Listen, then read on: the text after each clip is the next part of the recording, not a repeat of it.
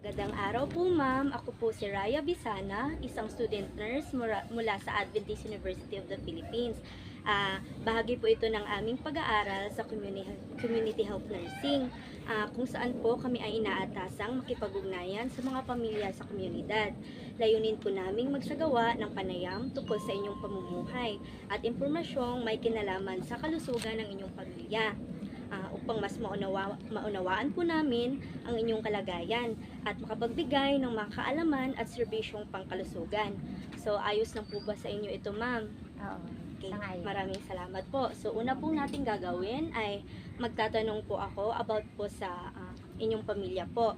Okay, so ano po ang inyong family name, ma'am? Kabalong. Kabalungan. Ano pong spelling, ma'am? C-A-B-A C-A-B-A L-O-N-G-A. L-O-N-G-A, Kabalunga.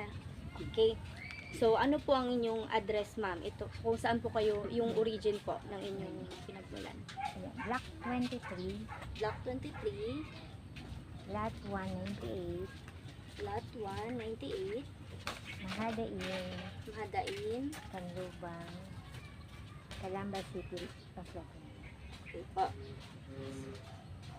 So, ilang taon na po kayong naninirahan po dito sa Canlubang po? Bali, parang mali yata yung sagot ko sa pangalawa kasi origin ang sabi mo. Opo. Bali, ito kasi, itong lugar na to, bali ito ay house and lot assistance ng dating company ng tatay ko. Ngayon, ang origin talaga namin, Baro Canlubang lang. Okay po. Sorry Okay lang po, ma'am. Tapos, Ilang taon na po kayong naninirahan bali,